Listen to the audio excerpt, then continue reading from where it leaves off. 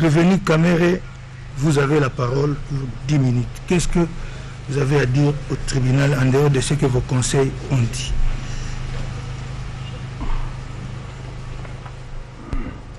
Votre Honneur, je demande déjà votre indulgence pour ne pas me limiter à 10 minutes, parce que quand les avocats de la République ont parlé, le procureur général, ils ont eu au total 5h30 minutes pour me charger.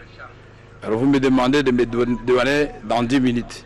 Non, non, ce n'est pas ça, suivez. J'ai suivi, je demande, non, non, non.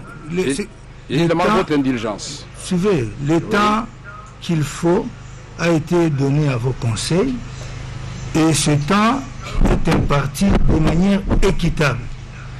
Les prévenus ayant droit donc à la parole en dernier, vous avez droit de parler, mais de manière équitable. C'est pourquoi vous avez en principe droit à 10 minutes, comme tout le monde. Votre Honneur, je voudrais vous dire exactement ceci. Ici, nous sommes venus pour que la vérité, finalement, puisse aider à votre tribunal de rendre une bonne sentence. 10 minutes, 15 minutes, 20 minutes, je vous demande maximum 17 minutes. Parce que c'est très important. Merci beaucoup, votre Honneur. Je voudrais dire d'abord que je ne suis pas choqué du tout. Je ne suis pas non plus surpris. Parce que depuis le début de cette procédure, j'avais déjà senti la brutalité, l'acharnement avec lequel ma personne avait été traitée. Je disais déjà à ma femme, la messe est dite. Mais en tant qu'homme d'État, j'accepte déjà ce qui va arriver. Pas plus tard que ce matin, quand il est venu, on a prié. Je lui ai dit, vous allez entendre là-bas 20 ans, 30 ans, 40 ans. Préparer les enfants moralement à cela. Parce que la vraie justice viendra de Dieu. Quand les juges ici, humains, s'écartent de la justice, la vraie, Dieu rétablit toujours l'innocent dans ses droits. Ici, j'ai entendu des choses qui n'ont rien à voir avec le procès. C'est comme si vraiment on veut abattre toute la famille. Il ne faut pas oublier qu'il y a ce qu'on appelle la vindicte populaire. Ah, tala moibiwana, moiva ou kwata, moibina, kanga. Non, mais c'est pas possible. Comment vous pouvez affirmer des choses,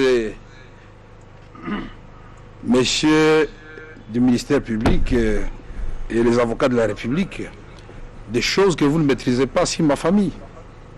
Vous parlez d'une maison et que vous qualifiez d'hôtel particulier. D'abord, Bol, c'est à 45 minutes de Paris. Ce n'est pas les Champs-Élysées. Et pour vous faire plaisir, même si cela ne m'a pas été demandé, vous allez trouver, et il le sait très bien. Donc il a dit que c'était pour des besoins de consommation, comme on va regarder à la télévision. Ah, caméra. D'abord, je vous mets au défi, parce que j'ai amené tous les relevés ici, du compte commun que nous avons avec ma femme. C'est un compte qui sert uniquement pour le remboursement des crédits que Afriland Bank nous avait donné, et j'avais prévenu le président de la République avant de prendre ces crédits. Il dit, Monsieur le Président, ma femme a une maison à Orgeval, en France. Moi, je suis un mouchi, je ne peux pas dormir dans la maison de ma femme. Ce qui fait que quand je vais à Paris, ma femme est obligée de venir me suivre à l'hôtel, les enfants restent à la maison. Je voudrais prendre un crédit parce que ma femme a un immeuble sur l'avenue Ouganda, juste à la barrière du président Kabila, évalué à 4 500 000 $ américains. Elle a un autre immeuble sur l'avenue Giré de 6 étages et elle vient de vendre, d'ailleurs, on n'a pas encore tout payé, 1 700 000 lui ont été réservés. Dernièrement ici. Alors quand on entre dans des considérations de la vie privée des gens, il faut faire attention. Cet immeuble est enregistré sur les noms des enfants. Mpiana Daïda, Mpiana Soraya, Mpiana Junior et Kinwani Diams. C'est vérifiable. Je ne vois pas comment on va venir ici expliquer des choses qui n'ont rien à voir avec le procès. Quand l'avocat dit que j'ai financé la campagne de mon parti, mais j'ai vu les gens tiquer, mais poser la question au membre du parti. Combien de maisons j'ai vendues ici? J'ai vendu à Bukavu pour totaliser ce montant-là. Chaque député, c'est M. Caméré, président national, qui a payé sa caution et qui lui a donné un certain montant pour sa campagne. Député national et provincial. Et si la liste des députés nationaux, c'est 465 députés. Et on peut aller vérifier à la CENI. Et donc, quand on parle des choses, c'est comme si, vraiment, on parle d'une parcelle marécageuse et le ministère public, je crois que s'est ravisé après. Il dit oui, le président, tout le monde le sait, le président prêté serment a été investi le 19 janvier. Je crois que très vite il s'est rendu compte que ce n'était pas comme ça, puisqu'après, j'ai appris que non, on a donné la parcelle à Cameroun le 23 janvier, c'était à 2 jours qu'il ne devient directeur de cabinet. Donc lui, le procureur général, savait déjà que j'allais être directeur de cabinet. Mais seulement vous dire, monsieur le procureur général, que le premier qui avait été désigné directeur de cabinet, c'était Eberand Kolongele. Si vous voulez qu'on vous donne le secret d'État ici. C'est moi-même, quand le président me pose la question, mais au fait, on n'a pas eu la primature. Notre accord de Nairobi, c'était Félix Tshisekedi, président, Kamere, premier ministre. Il dit, avec on n'a pas eu la primature. Ah, toi, tu peux accepter de directeur de cabinet, mais pourquoi pas, monsieur le président, puisqu'on n'a pas un autre poste. Voilà comment j'ai été nommé directeur de cabinet. Et la discussion a eu lieu avec précision à l'hôtel Béatrice au 2e niveau. Et les témoins sont là pour le dire. Alors il ne faut pas venir ici salir l'honneur de quelqu'un. Partout où je suis passé. À l'Assemblée nationale, on gère de fonds secrets que j'avais transformés en montant à ce qu'on appelle invisible. Tous les députés le savent. J'ai multiplié les salaires des agents de l'Assemblée nationale par 6 de l'administration. J'ai multiplié les salaires des députés par 3. Et j'ai donné le véhicule à chaque député, j'ai donné le véhicule au secrétaire général de l'administration, j'ai donné le véhicule au directeur des différentes directions. Je viens d'arriver à la présidence, demander aux conseillers leur salaire est multiplié par 3. Quand il a vu l'avocat Kalula, général, il dit, ah mais comment binon bon me belé bon non. Il ne faut pas avoir cet esprit de niveler par le bas. Partout où je passerai, je ferai du social. Je le supplie à la présidente pour aller poser des questions. Parce que nous recevons 2 fois par mois 400 000 $ américains qu'on appelle caisse de secours.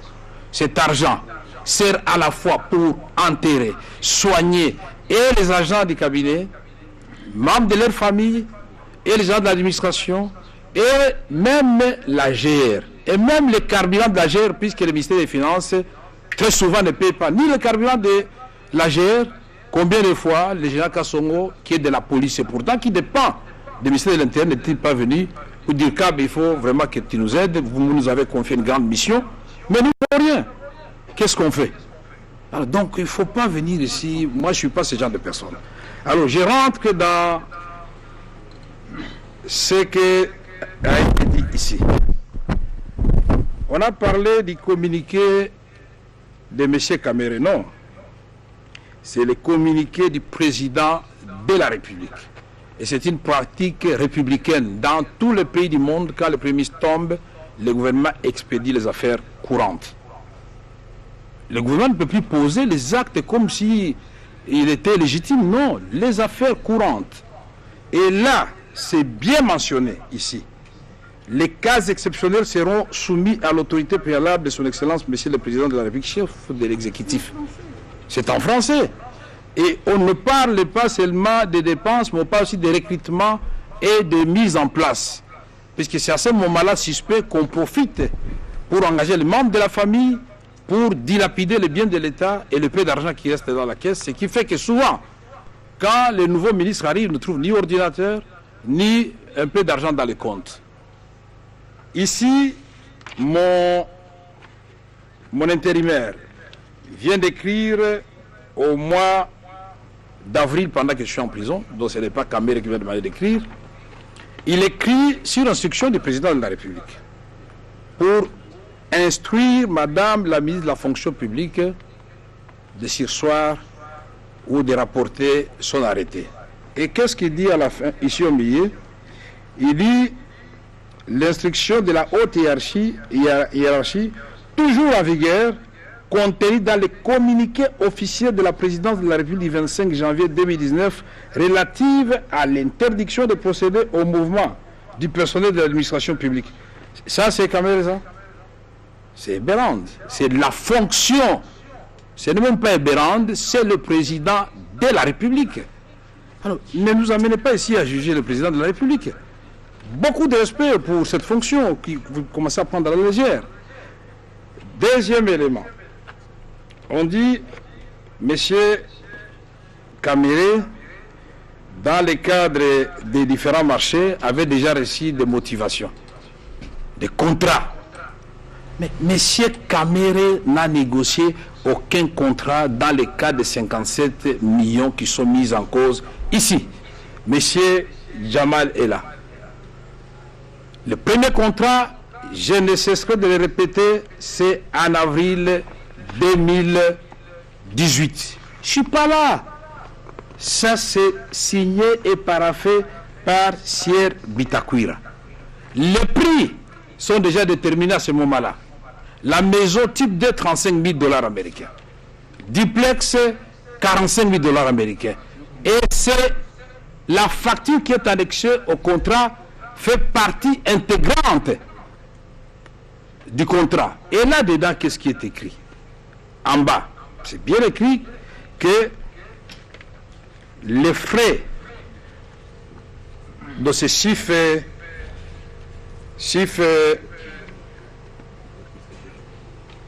là, vous avez tous les prix.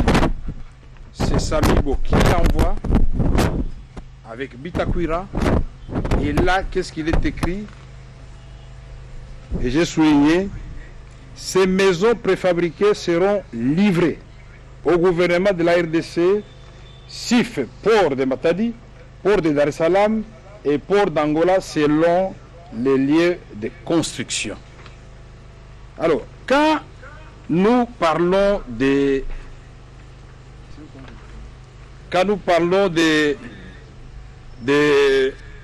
dédouanement, des frais administratifs. Les avocats l'ont dit avec beaucoup d'éloquence. Messieurs Jeannot et ses avocats eux-mêmes l'ont dit. Mais quand le procureur est étonné ou l'avocat de la République est étonné que je ne connaissais pas M. Jeannot, parce qu'il sait au moins combien déjà on irait qu'au conseiller qu'on soit plus de 200. Prenons toute l'administration, là, nous sommes au nombre de combien? Moi, je crois qu'une bonne administration travaille par l'écrit. Je n'ai pas besoin de voir chaque agent individuellement. Sinon, j'exigerais à tout le monde de venir me voir avant de signer le document. C'est ça qui pourrait constituer effectivement que c'est mon petit de confiance. Mais il est là depuis l'AFDEL. Il est nommé à ce poste d'import-export en 2001. Alors, on se pose la question. Il a toujours fait ce travail. Et ici, j'ai amené le document de ce qu'il a toujours fait et de la même façon. Donc, quand Béassikou écrit, il fait, c'est bon. Quand Kamer écrit, il fait, c'est mauvais. Ah non, il y a quelque chose qui ne marche pas très bien. Nous disons ici, nous sommes venus, et j'ai cru entendre ici que nos amis ont refusé finalement, et c'est la première fois que j'entends ça, je ne suis pas juriste, que pièce contre pièce, ou pièce sur pièce, ce n'est pas une bonne chose.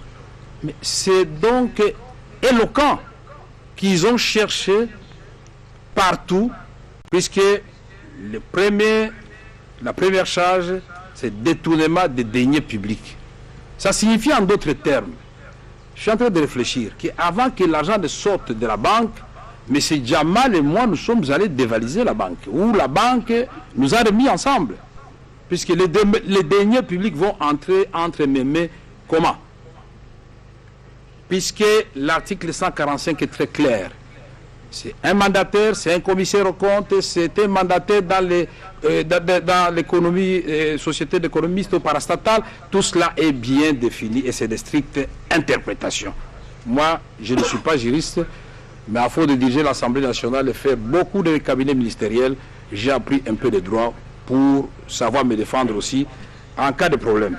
Alors, quand M. Bitakwira, puisque la question était posée de savoir comment on est passé de 26 millions à 57 millions, mais la lettre de Bitakwira est là, et il explique l'impact. Mais tout ça, vous refusez. Quand on rentre dans ce qu'on peut appeler coréité, c'est-à-dire, je me suis entendu avec M. Jeannot pour qu'il me remette de l'argent. Je voudrais vous dire ceci.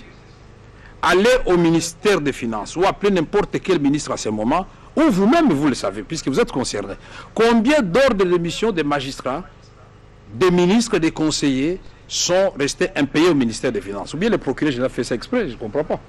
Ou vous avez un régime spécial là-bas, au niveau du pouvoir judiciaire, le ministre des Finances a peur de vous. Vous avez félicité le ministre des Finances qui a refusé de payer Samibo.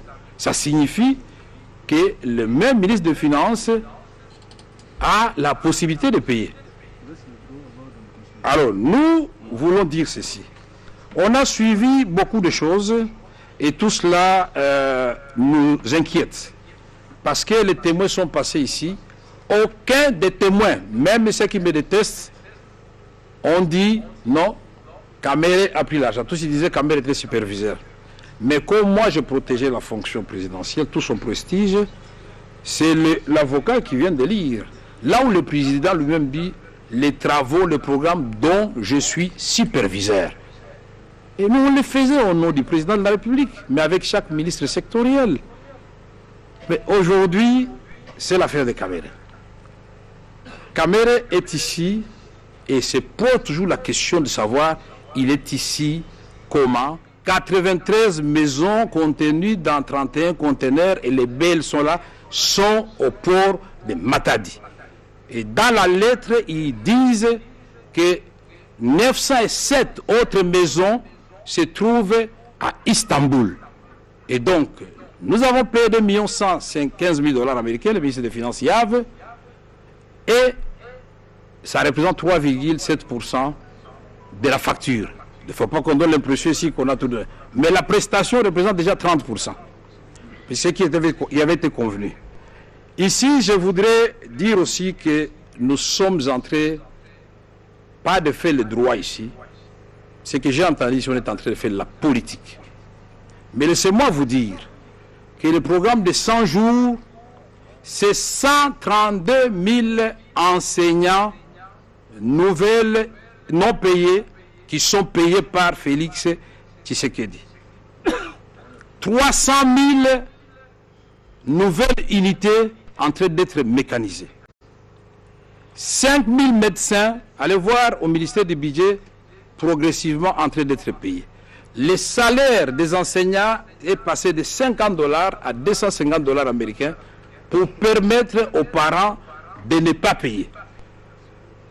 Et ceci, vous vous souviendrez quand nous étions partis au sacre, quand revenant de Rome, le cardinal Ambongo avait dit, Monsieur le Président, c'est une bonne chose de parler de la gratuité, mais il ne faut pas que la réforme vienne tuer finalement le système éducatif.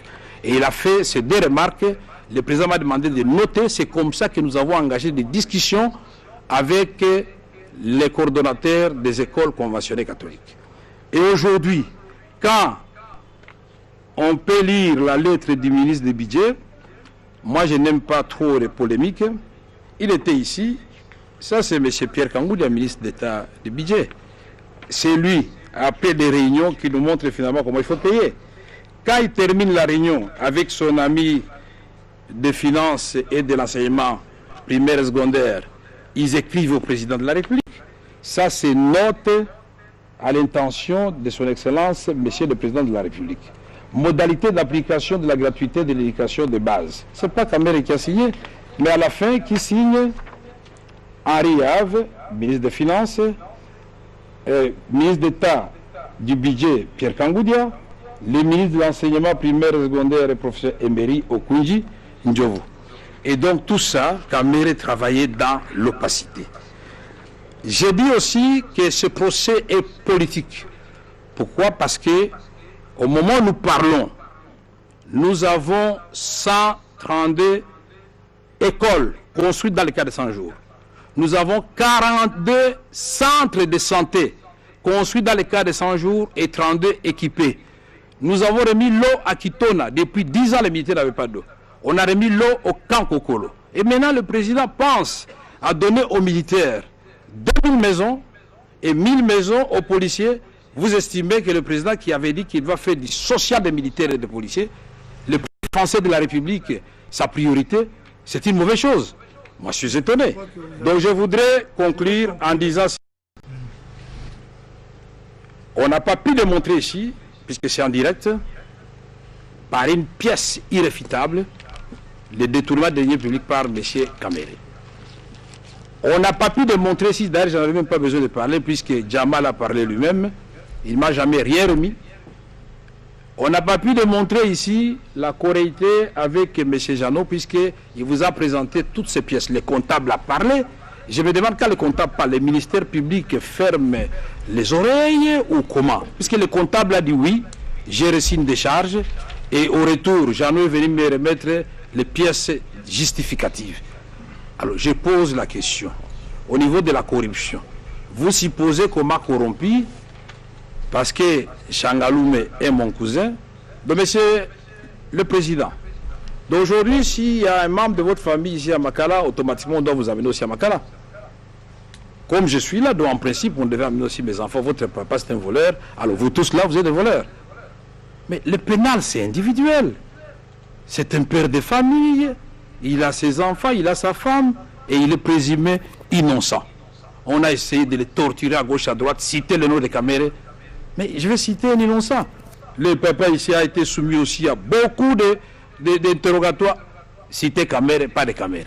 Et c'est politique, pourquoi?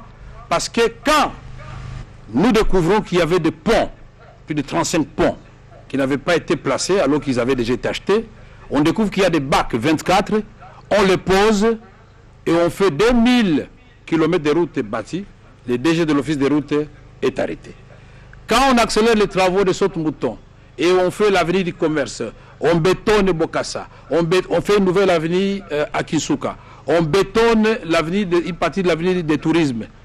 On dit non, non, non, l'avenue de l'université, il n'y a plus de Maboulou Mazengele. C'est fini cette affaire, ça appartient au passé. On fait Kurumba, on fait Pelende, à Changu.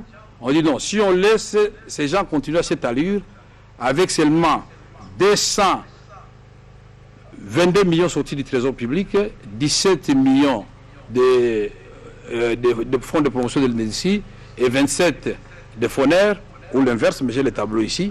On se dit non, ça c'est la valeur d'un seul ouvrage dans le passé. Je ne vais pas engager de polémique ici.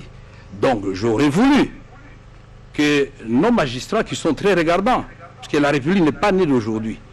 On a eu la zaïrianisation, on a eu l'objectif 80, on a eu des promesses. Mais celui-ci arrive et il commence. Et la pratique des 100 jours, j'ai vu les 100 jours du président Trump, ce n'est pas terminé. Et il a expliqué pourquoi. J'ai vu les 100 jours du président Macron, les 100 jours du président Giscard d'Estaing, les 100 jours de Mitterrand. Les 100 jours, c'est une pratique désormais connue du président du Ghana et du Sénégal. Allez sur Internet, vous allez voir ça. Et qui conçoit ça et sous la direction de qui? Mais le président n'est pas n'importe qui pour venir s'asseoir avec les gens. C'est son directeur de cabinet.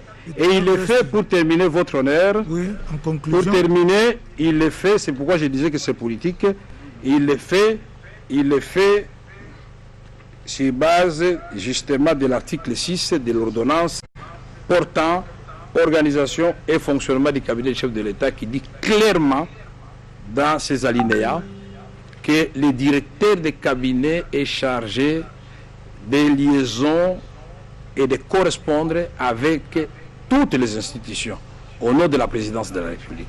Donc ici, l'inconstitutionnalité qui a été soulevée par mes avocats, parce que nous n'avons pas bénéficié de tout notre temps pour nous défendre, nous pensions que vous allez accéder à notre demande, et pour un procès aussi sérieux, nous pensions que ça pouvait prendre 2 ou 3 jours. Moi je me disais, d'outre-mer, ça peut prendre même 2 mois. Et donc, je peux même accepter de rester 2 mois ici en prison, mais plutôt que d'expédier les affaires avec peut-être déjà une sentence qui est déjà prononcée d'avance. alors nous aurons perdu du temps inutilement. Mukele innocent. Attendez, ce que vous dites là, est-ce que Oui. vous mesurez l'importance de ce que vous dites? Mais je l'ai dit au conditionnel. Mais puisqu'il nous traite aussi de temps en temps des... Concluez alors, s'il vous plaît. Oui, je suis en train de conclure. En conclusion, qu'est-ce que vous demandez au tribunal? Je demande au tribunal de constater mon innocence de tout ce qui a été dit ici. Ni les avocats de la République, ni le ministère public, puisque là encore je n'ai pas compris, ni les intervenants de tout à l'heure, personne n'a pu démontrer la culpabilité de M. Vital Kamerhe. C'est quand même dommage. Merci. Tout en vous remerciant, en disant que Awa, Zandri Kambo, Yamboka. Merci. Vanu, Malou Aditunga. Awa, Yoke, Mambo, Ya, Insinabetu. Apa, ni Mambo, Ya, Inchi. Na watu wafungule mbecho. C'est le PAM qui suis attaqué, c'est le président de la République et tout le monde peut le comprendre. Je vous remercie, votre honneur. Madame la greffière, actez que, ayant la parole en dernier, le prévenu Kamerhe a clamé son innocence et donc sollicité son acquittement. Prévenu Mouima, vous avez droit à 10 minutes. Merci beaucoup pour la parole, Monsieur le Président. Je n'ai pas beaucoup de choses à dire. J'ai reçu l'ordre de mission du directeur du cabinet. J'ai reçu l'argent auprès du comptable public. Je suis allé faire le travail comme je l'ai toujours fait, avec loyauté. J'ai fait mon rapport à mon directeur du cabinet et il n'y a pas eu de reproches. Donc je déclare mon innocence. C'est tout. Madame, actez que le prévenu Mouima, ayant la parole en dernier, a clamé son innocence, donc sollicité par la même occasion son acquittement. Ceci étant, la religion du tribunal étant éclairée, les débats sont donc déclarés clos et la cause mise en délibéré pour recevoir jugement le 20 juin 2020. Les conseils des parties sont donc invités à déposer leur note d'audience au plus tard samedi à 16h. Plus rien n'est restant au rôle, l'audience est levée.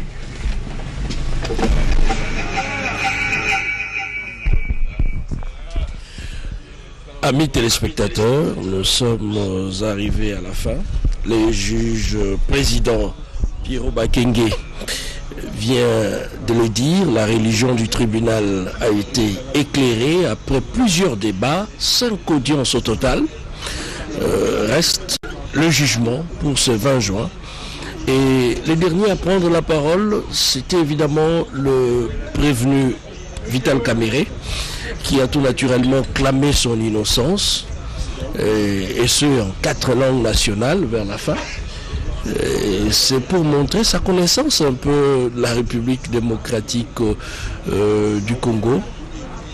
Et il a fustigé le fait que le procès soit politisé, un procès politique, et procès dans lequel l'on s'attaquerait à l'initiative du chef de l'État à travers le programme d'urgence de 100 jours. Et il a tout dit juste après ses avocats, après la réplique de ses avocats. Le prévenu Jamal a également clamé tout son innocence, comme il en a d'ailleurs l'habitude, et il sollicite du coup son acquittement, et il compte continuer avec le travail qu'il a déjà entrepris avec les contrats signés avec la République, et il pense le faire même en étant en prison, c'est aussi pour montrer sa détermination. Du côté du collectif du prévenu Mouima, c'est le même exercice, clamer son innocence, mais aussi dire au tribunal que le travail a été fait selon le job description, c'est-à-dire dans les attributions du fonctionnaire agent de l'État Mouima, et que rien n'a été fait en dehors des attributions du prévenu Mouima. Et un peu plus loin, le procureur, notamment le ministère public, avait présenté son réquisitoire, 20 ans de travaux forcés pour le prévenu Caméré, plus interdiction des votes. Pour les prévenus Jamal, pratiquement la même chose, 20 ans de travaux forcés, plus expulsion du territoire national. Et nous attendons maintenant le sprint final qui sera le jugement qui sera rendu par le tribunal de grande instance de Kinshasa-Gombe. Mathieu Moudibango pour la suite. Na tondo botondi Cédric Nina balanda kibiso uto boloko ya makala to komi na suka po moko molelo to yoki biso banso basambeli ya bakangemi balobi moko na moko abimisi makanti maye mituna biano bizalaki pe manso masukaki na bangome ndakisa Sami Jamal alobaki ndeko Jano Mouima pe Vital Kamere bongo sika bokutani me kozala mbala musu ya suka ekozala omya tukumi bale sanza motoba be awakati ya boloko ya makala Astrid Kongo. Kweli masambo hiyo itaweza tena kurudilia mnamo tarehe 20 Juni mwaka huu, ndio itaweza tena kurudilia kwa kuona kwamba wafungwa wote. Bwana Vital Kamere anasema kwamba hii ni mambo ya inchi, ni kusema kwamba hajue hata kitu moya, hakupokonya pesa ya serikali. Bwana Sami Jamal naye vile vile anasema kwamba yeye hakukula pesa ya serikali, kwani pesa yenye alimpatia aliweza kutumikisha kazi, aliweza kutumanisha vitu fulani yenye liombe kwa juu ya manyumba ya prefabrike. Bwana Mouima naye vile vile anasema kwamba pesa yenye aliweza kumpatia aliweza kutumia kwa kwenda kuchugua makonteneur ya manyumba prefabrike yenye lipatikana upande wa Dar es Salaam, ni kusema kwamba hakuweza kupokonya pesa ya mfuko wa serikali. Basi masambo wa amzi wanasema kwamba tarehe 20 Juni ndiye masambo tena itaweza kurudilia kwa kuweza kuangalia nani ataweza kuapizwa, nani wataweza kuachiliwa, gisi sheria itasema. Bwana Kenina. Merci beaucoup Astrid de Congo. Il ne reste qu'à vous dire merci. Merci de nous avoir suivis pendant toute la journée de 9h. Il est maintenant presque sur ma montre 20h30, 20h27 exactement. Nous vous disons merci de nous avoir suivis, d'avoir été fidèles pour suivre ces procès d'intérêt éminemment national. Nous remercions la grande équipe de la RTNC avec JR Diakiadi qui était à